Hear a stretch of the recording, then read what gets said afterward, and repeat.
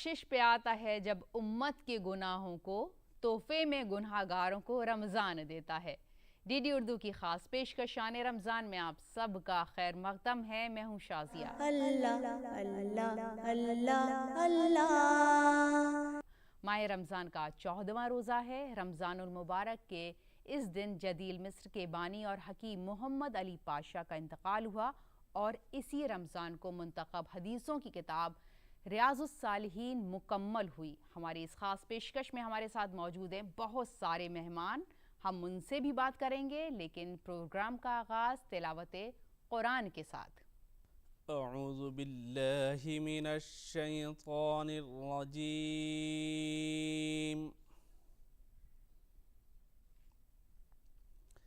बिस्मिल्लाहिर रहमानिर रहीम।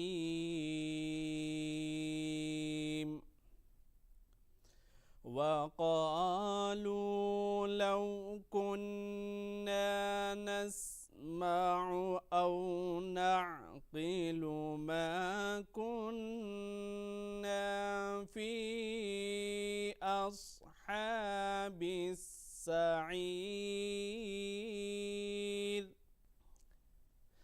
फ़अतरफ़ू बिज़ंबिहिम फ़सुहक़न लिअस्हाबिस सईर। इन्नल्लज़ीना यख़शौना रब्बहुम बिलग़ैबि लहुम मग़फ़िरतुन व अज्रुन कबीर।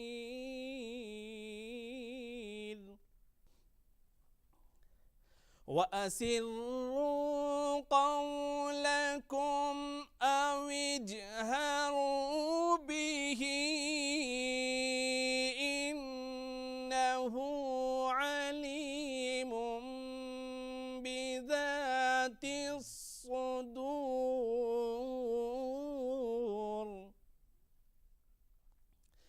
अला यअलमु मन खलक़ व हुवल लतीफ़ुल खबीर।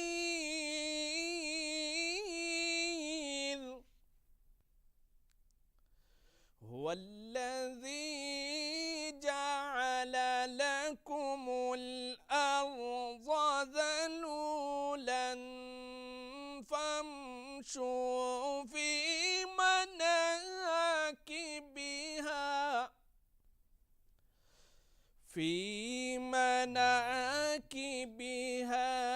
वकुलू मिन रिज़्क़िही व इलैहिन नुशूर। सदक़ल्लाहुल अज़ीम। हदीस शरीफ में पूरे दीन को तफसील से पेश किया गया है। हमारे नबी ने इंसानों के लिए रहती दुनिया तक एक लाहे अमल पेश कर दिया है। तो आइए हम मुफ्ती शमून कासपी साहब से हदीस सुनते हैं। अऊज़ु बिल्लाहि मिनश शैतानिर रजीम। बिस्मिल्लाहिर रहमानिर रहीम। अल्हम्दुलिल्लाहि रब्बिल आलमीन वस्सलातु वस्सलाम अला रसूलिहिल करीम। अम्मा बाद। हुज़ूर अकरम सल्लल्लाहु अलैहि वसल्लम के एक सहाबी हज़रत उमर अब्दुल्ला बिन उमर रज़ी अल्लाह ताला अन्हु से रिवायत है कि आपने फरमाया कि रोज़ा कब से शुरू हो और कब आप उसे खोलें। तो सहरी खा कर के हमने रोज़े की इब्तिदा की और जैसे सूरज गुरूब होता है यानी रात की तरफ बढ़ते हैं उस वक्त इफ्तार करें। और इस में जो हिकमत अमली है वो ये है कि पूरे दिन जब इंसान रोज़ेदार होता है और शाम को अल्लाह की नेमतें सामने रखी होती हैं और वो उससे इफ्तार करता है तो क़ुव्वत व तवानाई भी उससे मैसर होती है।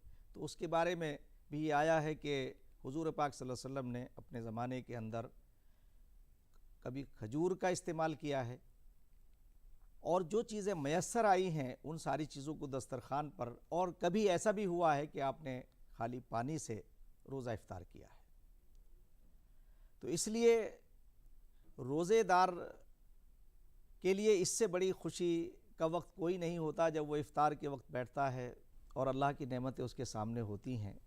तो अल्लाह पाक इस अमल को जब बंदे के देखते हैं, वो बारी ताला की रहमतें इस कदर जोश में आती हैं कि वो रमज़ान के और गैर रमज़ान के अंदर आम इंसानों ने भी महसूस किया है कि जब रमज़ान का महीना शुरू हो जाता है तो अल्लाह पाक की जो रहमतें हैं वो अपनी आँखों से, खुली हुई आँखों से देखी जा सकती हैं।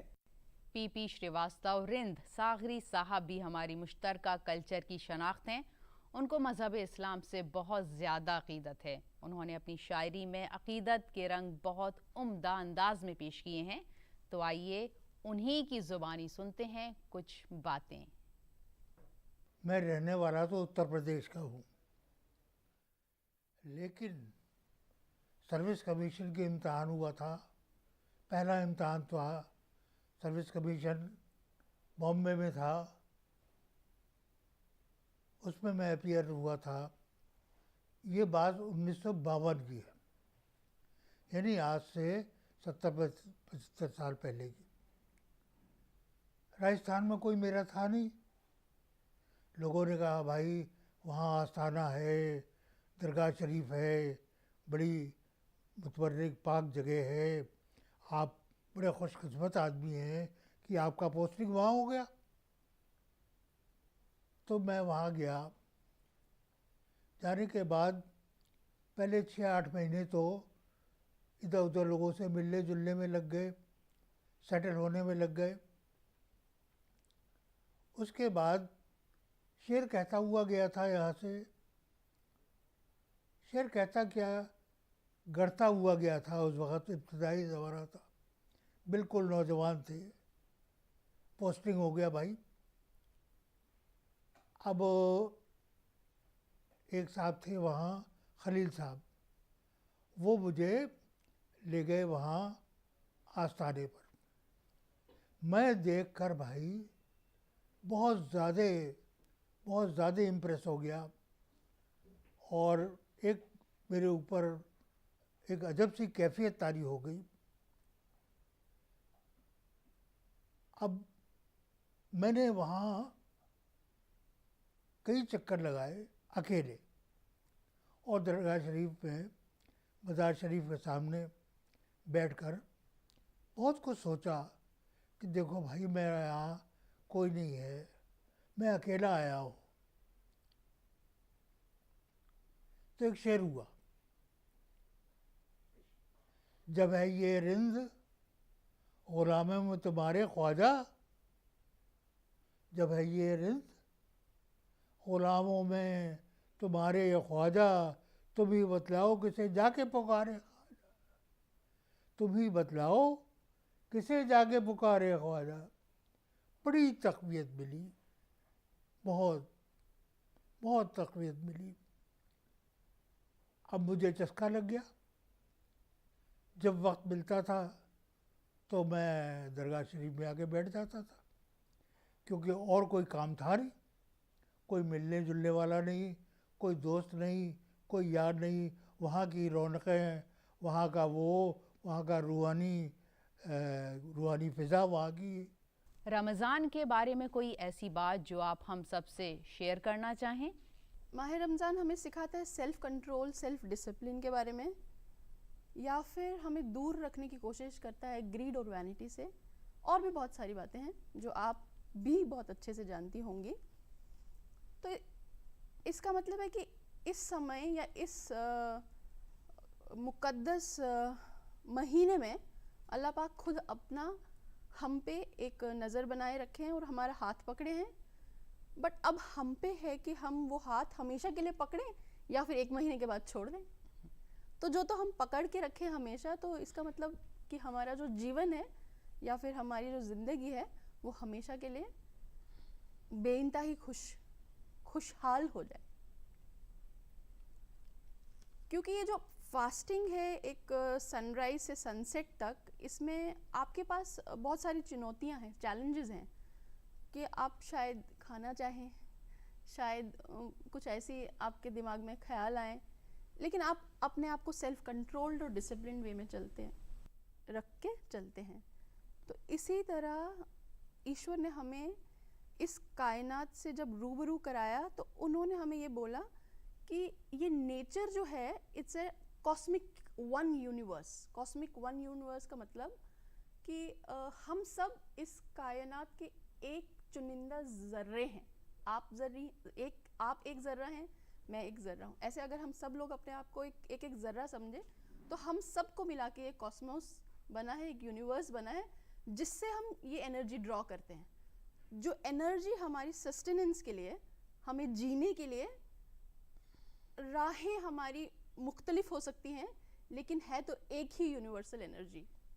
तो इस्लाम में हम इसको इन 5 पिलर से सीखते हैं। ऐसे ही अगर मैं हिंदुइज़्म के बारे में बात करूं तो वहाँ अगर ये कॉस्मिक एनर्जी थोड़ी सी और एलाबोरेट करूं आपके लिए, तो हम ओम के फॉर्म में जानते हैं। ओम, जिसको कि डिस्क्राइब किया गया है AUM से। ये भी वही कॉस्मिक एनर्जी है जिसको उस विधाता या सृष्टि के रचयिता ने जनरेट किया है। ये एक साउंड है बेसिकली।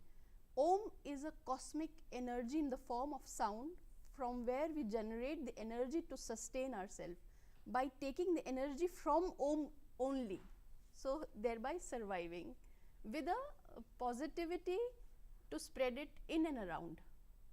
हिंदुस्तान में लोगों का हुजूम आस्थानों पर लगा रहता है और लोगों के लिए आस्थानों पर ख़ास इंतज़ामात भी किए जाते हैं। तो हम सूफ़ी अजमल निज़ामी साहब से जानते हैं कि वो इन अक़ीदतमंदों के लिए क्या क्या एहतमाम करते हैं। जो सूफिया के नज़दीक जो भीड़ और हुजूम होती है, वो उस भीड़ का किसी सूफी से दिली ताल्लुक़ होता है। दूसरा, किसी सूफी से निस्बत होती है, किसी बुरे वक्त में कोई सूफी काम आया। तीसरा, किसी सूफी से कोई ऐसा रिश्ता होता है जो दुनियावी रिश्तों से बढ़कर होता है, जिसको कहते हैं हम लोग पीरी मुरीदी या रूहानी रिश्ता। तो सूफिया के नज़दीक जो भीड़ और हुजूम का जो एक साथ है, उसकी वजह है उनकी मकबूलियत अवामुन्नास में, क्योंकि सबसे बड़ी इबादत इंसानी दिल को सुकून पहुँचाना है। जब सूफियों ने अपनी पूरी ज़िंदगी वक्फ कर दी दूसरों की दिलजोई में, दूसरों की तकलीफ़ें सुनने में, दूसरों को नज़दीक बिठाने में, जबकि बराबरी का दर्जा पाने के लिए लोग आज भी तरसते हैं, सूफियों ने तो पास बिठाया, अपनी थाली में खिलाया, अपने साथ बैठाया। तो इन सब चीज़ों से जो कॉमन लोग थे, अवामुन्नास थे, वो सूफियों के नज़दीक आई। और दूसरी बात, सूफ़ी इतने सब्टल रहे, इतने लीनियंट रहे, उन्होंने बीच का रास्ता लिया, ना ज़्यादा सख्ती ना ज़्यादा नरमी। और आज भी कई सौ साल गुजर जाने के बाद अगर आप देखें अजमेर शरीफ की दरगाह या दरगाह निज़ामुद्दीन औलिया, यहाँ हर दिन, हर महीने, हर साल दर साल जो है भीड़ और लोगों का हुजूम बढ़ रहा है। उसकी वजह यही है कि आज भी वहाँ ये तौर तरीक़ा मौजूद है और हमें यकीन है कि सुबह क़यामत तक ये तौर तरीक़ा, ये जज्बा, ये कारकाविशें जारी और सारी रहेंगी। और भीड़ व हुजूम का जो एक रूहानी रिश्ता इन खानकाहों से है, दरगाहों से है, मज़ार से है, वहाँ के लोगों से, इंशाअल्लाह वो कायम रहेगा। रमज़ान लोगों के लिए रहमत का महीना है, लेकिन बीमार लोगों के लिए परेशानी होती है क्योंकि उन्हें दिन में बार बार दवा लेनी पड़ती है। तो हम डॉक्टर आरिफ जैदी साहब से जानते हैं कि उनके लिए क्या क्या मशवरा है कि ऐसे मरीज़ों को क्या करना चाहिए। देखिए, जहाँ तक आपने कहा BP, शुगर, थायराइड, ये तो अपनी जगह पर एक बीमारियां हैं और ज़ाहिर है ये अपने आप में एक सवाल है कि किस तरह से रोज़ा रखें। रोज़ा रखने के लिए पहले तो ज़रूरत है विल पावर की। जब आप विल पावर यूज़ करेंगे तो रोज़ा रखने से आपकी विल पावर बढ़ेगी भी विल पावर आपकी बढ़ जाएगी, बहुत सारी चीज़ों में आप जो है जो अपने आप को डोमिनेट कर लेंगे। और कई लोगों को ये फेयर होता है कि शायद रोज़ा रखने से हमको कमज़ोरी हो जाएगी या कुछ, या कई लोगों को खुद ही कई मेंटल प्रॉब्लम्स होती हैं, साइकी की प्रॉब्लम्स होती हैं, साइको डिसऑर्डर्स होते हैं। तो रोज़े का रखना, मैं आपकी बात पे आऊँगा जिसकी जो आपने पूछा है, मैं आपको कुछ प्रॉब्लम्स भी लेता चलूँ। मैंने कहा कि मेंटल प्रॉब्लम, साइकिक प्रॉब्लम्स होती हैं, इसमें बहुत से लोगों ने बड़े एक्सपेरिमेंट्स भी किए हैं।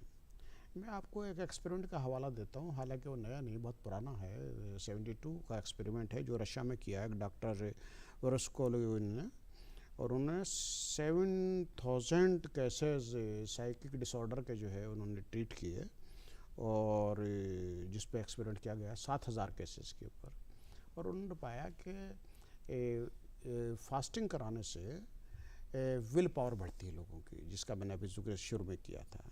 तो उसका नाम उन्होंने दिया हंगर क्योर, उसका नाम दिया। अब जो बात किया है आपने शुगर और ये बीपी और थायराइड की बात आप कर रहे हैं, देखिए बीपी का जहाँ तक ताल्लुक़ है, बीपी की जब आप उसका रूट काज तलाश करने की कोशिश करते हैं तो बहुत सारी चीज़ों को हम तलाश करते हैं कि कोलेस्ट्रॉल तो बढ़ा हुआ नहीं है।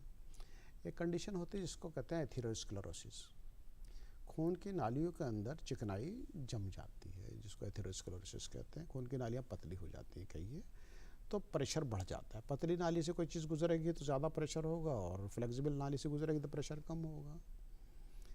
किडनी की प्रॉब्लम्स होती हैं, ब्लड प्रेशर बढ़ जाता है, साल्ट ज़्यादा खाने से ब्लड प्रेशर बढ़ जाता है, तो हम और बहुत सारे इस तरह की प्रॉब्लम हैं। तो पहले तो तलाश करते हैं इन प्रॉब्लम्स को कि कोई स्पेसिफिक प्रॉब्लम है जिसकी वजह से ब्लड प्रेशर है, और अगर इनमें से कोई प्रॉब्लम ना भी हो तो साइकोलॉजिकल इतने इश्यूज़ होते हैं या स्ट्रेस वाले इतने इश्यूज़ होते हैं, स्ट्रेसफुल लाइफ है कि ब्लड प्रेशर बढ़ा हुआ होता है। तो अब जो फास्टिंग का ताल्लुक़ है, आपने कहा कि ब्लड प्रेशर, मैं आपको बताऊंगा फास्टिंग करने से जो कोलेस्ट्रॉल का लेवल है वो घटना शुरू हो जाता है। आपके जो लिपिड्स हैं वो लिपिड्स घटने लगते हैं, जिसको आप लिपिड प्रोफाइल कहते हैं ना, उसके अंदर बहुत सारे फैक्टर्स हैं जो बढ़े हुए हैं, वो आपके कम होने लगते हैं। आपका स्ट्रेस घटने लगता है, स्ट्रेस का लेवल घटने लगता है। तो one hand you are reducing your mental stress, the other hand you are reducing your cholesterol level, on the other hand you are regenerating your cells, आपके जो बॉडी के डेड सेल्स हैं वो तो ख़त्म हो रहे हैं, और फ्रेश सेल्स जो हैं वहाँ से जो है वो फ्रेश ब्लड या प्यूरिफाई ब्लड को ला करके पहुँचा रहे हैं। जो ऑक्सीजन कैरिंग कैपेसिटी रखता है ब्लड, वो ऑक्सीजन पहुँचा रहा है और टॉक्सिन्स को भी बाहर निकाल रहा है। हमारे खुसूसी प्रोग्राम में नात और हम्द का सेगमेंट भी है, तो आइए हम सुनते हैं एक नात। कब्र जिस दम मेरी तैयार कराई जाए, कब्र जिस दम मेरी तैयार कराई जाए, कब्र जिस दम मेरी तैयार कराई जाए, खाक थोड़ी सी मदीने की भी डाली जाए, खाक थोड़ी सी मदीने की भी डाली जाए। आबे ज़मज़म हो मयस्सर तो गुस्ल दे देना, आबे ज़मज़म हो मयस्सर तो गुस्ल दे देना, चादरे कफ़न भी तैबा से मंगाई जाए, चादरे कफ़न भी तैबा से मंगाई जाए, कब्र जिस दम मेरी तैयार रे कराई जाए। इतनी गहरी हो लहद के मैं खड़ा हो जाऊं, इतनी गहरी हो लहद के मैं खड़ा हो जाऊं। दीद जिस दम मुझे आका की कराई जाए, दीद जिस दम मुझे आका की कराई जाए। चश्मे बद को मिले दीदार बनाने के लिए, चश्मे बद को मिले दीदार बनाने के लिए, खाके थोड़ी सी आँखों में लगाई जाए, खाके थोड़ी सी आँखों में लगाई जाए।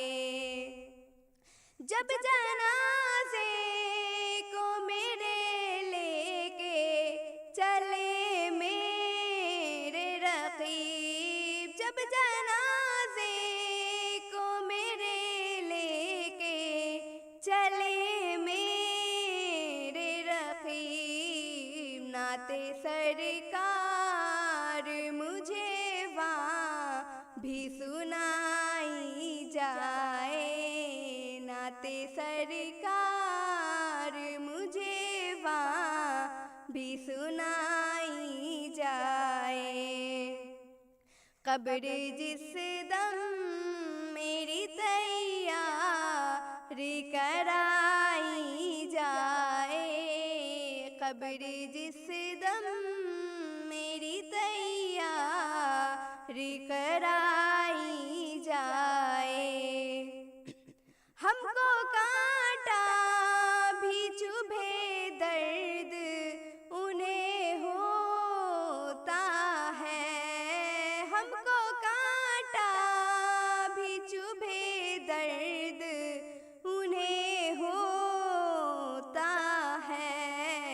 ऐ मलक रूह मेरी धीरे से निकाली जाए, ऐ मलक रूह मेरी धीरे से निकाली जाए। क्या ही अच्छा हो के सलमा का भरम रह जाए, क्या ही अच्छा हो के सलमा का भरम रह जाए। चादरे काफ्न ना चेहरे से हटाई जाए, चादरे काफ्न ना चेहरे से हटाई जाए।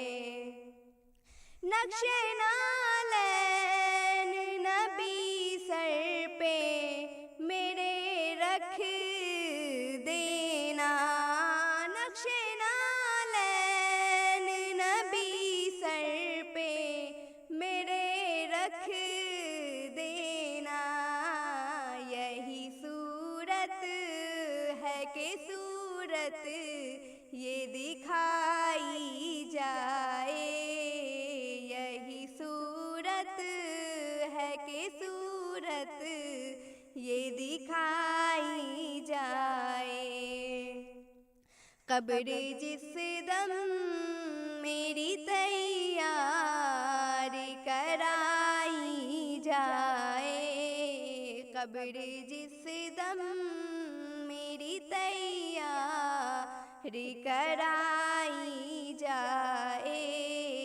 खाक थोड़ी सी मदीने की भी डाली जाए, खाक थोड़ी सी मदीने की भी डाली रमज़ानुल मुबारक की हमारी इस ख़ास पेशकश में आज बस इतना ही। कल फिर हाजिर होंगे ठीक इसी वक्त DD उर्दू पर। हमारी इस ख़ास पेशकश पर आप भी अपनी राय दे सकते हैं। इसके लिए हमारा email ID है ddurduspecials@gmail.com। फ़िलहाल हमारी पूरी टीम को इजाज़त दीजिए। आदाब।